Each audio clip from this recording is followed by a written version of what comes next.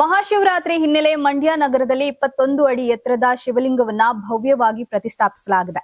ಬ್ರಹ್ಮಕುಮಾರಿ ಈಶ್ವರೀಯ ವಿಶ್ವವಿದ್ಯಾಲಯ ವತಿಯಿಂದ 90ನೇ ಮಹಾಶಿವರಾತ್ರಿ ಮಹೋತ್ಸವವನ್ನು ಆಯೋಜಿಸಲಾಗಿದೆ. ಈ ಮಹೋತ್ಸವ ಫೆಬ್ರವರಿ 19ರವರೆಗೆ ನಡೆಯಲಿದೆ.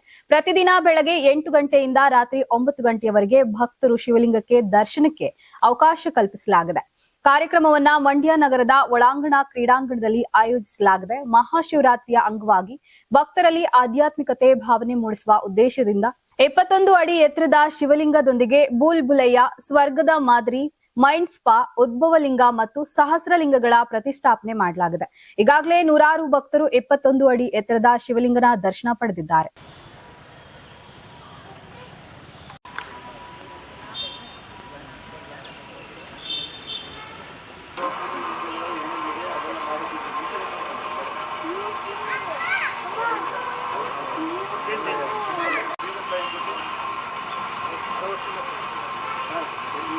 ಯಾಕೆ ನೋಡಿದ್ನು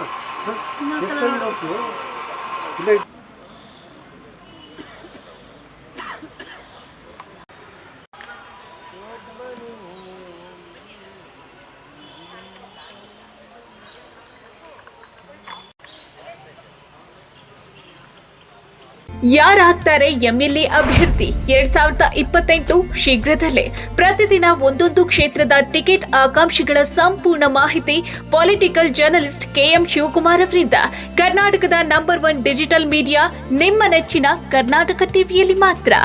ನೀವು ಸಣ್ಣ ಆಗ್ಬೇಕಲ್ವಾ? ಅದು ಒಂದು ಉತ್ತಮ ಆಹಾರದಿಂದ ಸಣ್ಣ ಆಗ್ಬೇಕಲ್ವಾ? ಪ್ರತಿದಿನ ನಮ್ಮ ಜೀನಿ ಸ್ಲಿಮ್ ನ ಯೂಸ್ ಮಾಡಿ ಯಾವುದೇ ಸೈಡ್ ಎಫೆಕ್ಟ್ ಇಲ್ದಂಗೆ ನೀವು ಸಣ್ಣ ಆಗ್ತೀರಾ.